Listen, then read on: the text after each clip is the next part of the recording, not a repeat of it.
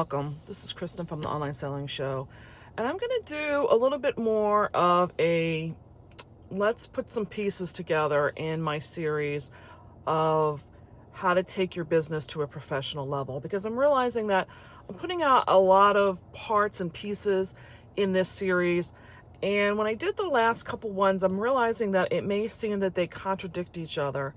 And this series is for those of you who have an eBay store or want to get an eBay store and you're looking for it to become a consistent income for yourself.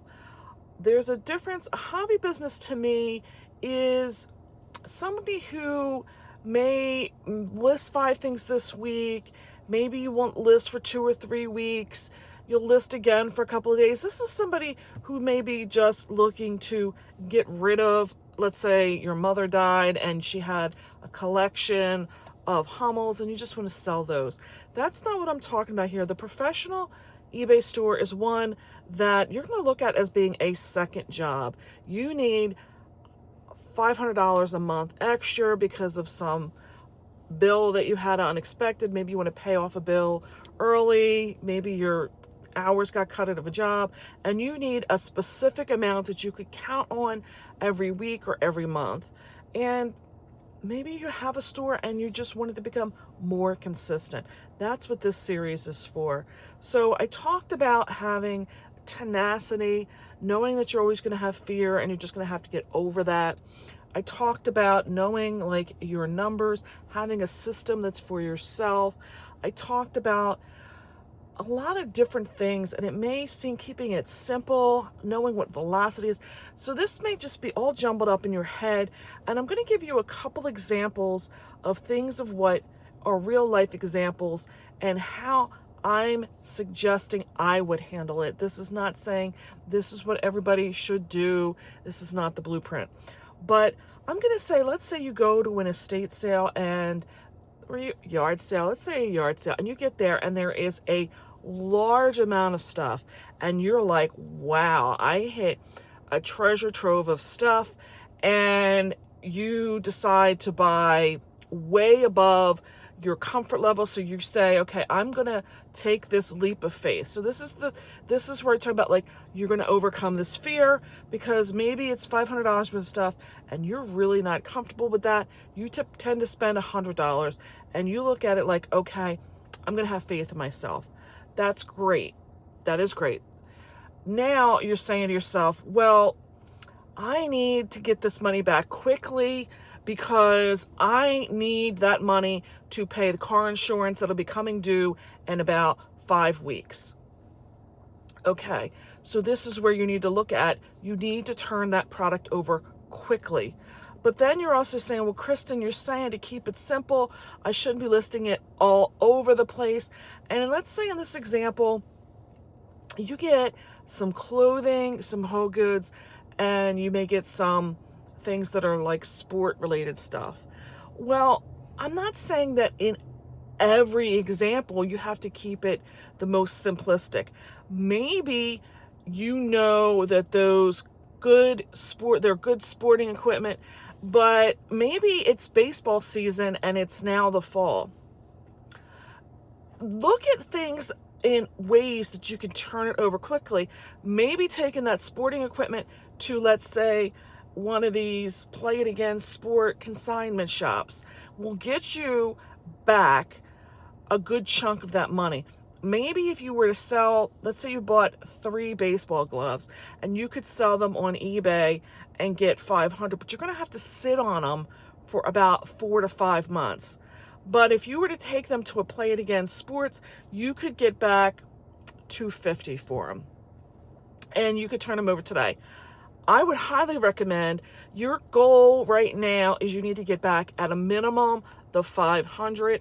Take them there, sell them. That gets you back half your money, and now you're still looking at $250 that you need to make, and you still have, let's say, some really good pieces of clothing, and maybe that's what you're listing on eBay. I don't know. Are they something else you could hurry up and take and sell off to a consignment store as well? I don't know. That's where you want to start taking a look at some things. Maybe you may find that Poshmark is the place for you to go and put them.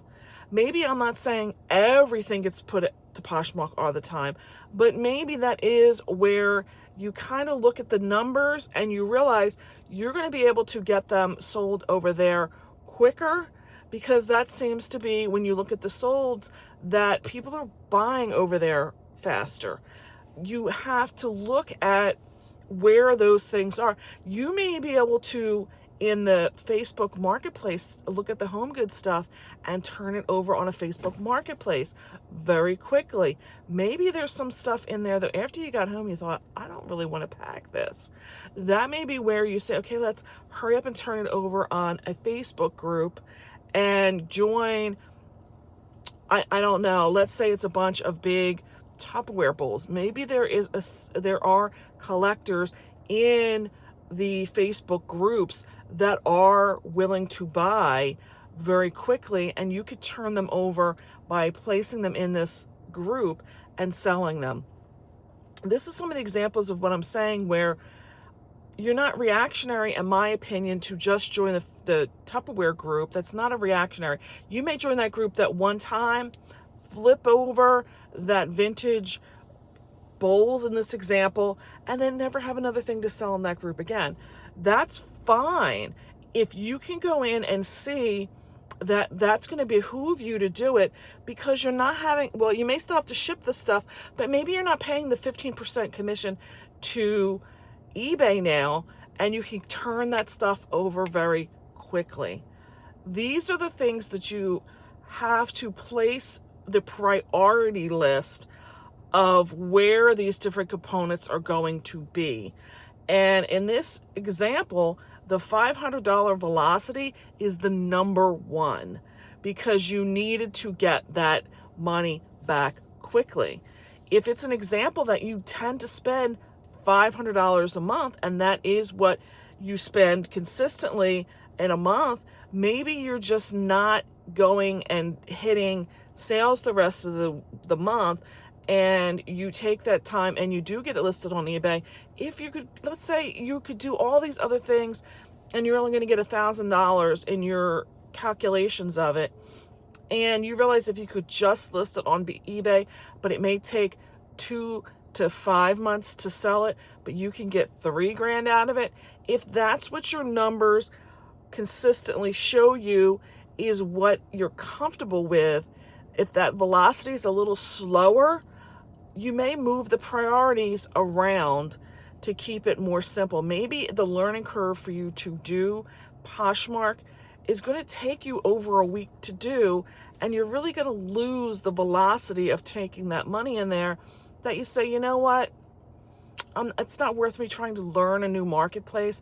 I want to keep it as simple as be, because maybe you're working a very high pressure job and you don't have a lot of time to learn new marketplaces, or you don't have the time to join a Facebook group and monitor those listings. Then that's a priority to you, is that you could maybe give up some of the velocity of the money because you don't have the time to invest learning these other platforms. Or maybe you don't have the consignment shops near you.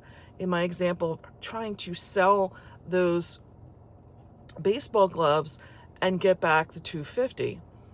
This is where everybody's going to have unique circumstances, and taking these things that I'm talking about are just different tools in the toolbox, and every job is not going to call for the same tool. So when I'm doing these parts and pieces, I'm not saying that one is always the rule. It's just which one is going to be better for the job. And I think we can all agree that the velocity of money is really going to be the first idea of what it is that we have to look at. And then all the other pieces can kind of fit around that. And that may not always be the number one priority after you've kind of reassessed all of the components combined. So I hope this gives you a little bit of a better explanation. If you're getting confused why it seems like I'm being very contraire and things are contradicting each other, that is why. It's that every circumstances is not going to be the same. I can't cookie cutter this so that everybody has a blueprint for the exact circumstances of what they're doing. This is just how my mind thinks as I'm looking at different things. Sometimes I'm looking at stuff to buy and leave it put aside. Maybe I wouldn't even list those baseball gloves. Maybe I would put them aside for the time when baseball season starts to come because I want to list them at auction or something to that degree. I don't know. There's many, many ways that you can do this business. That is a big part of what I'm trying to get across too. So I hope you got some good content out of this. I would appreciate a thumbs up if you did. Please leave some comments down below. I know there is way more things in this series that as they come to me, I'll be thinking of and adding to this. And I'm going to say bye for now, and I'll catch you in the next one.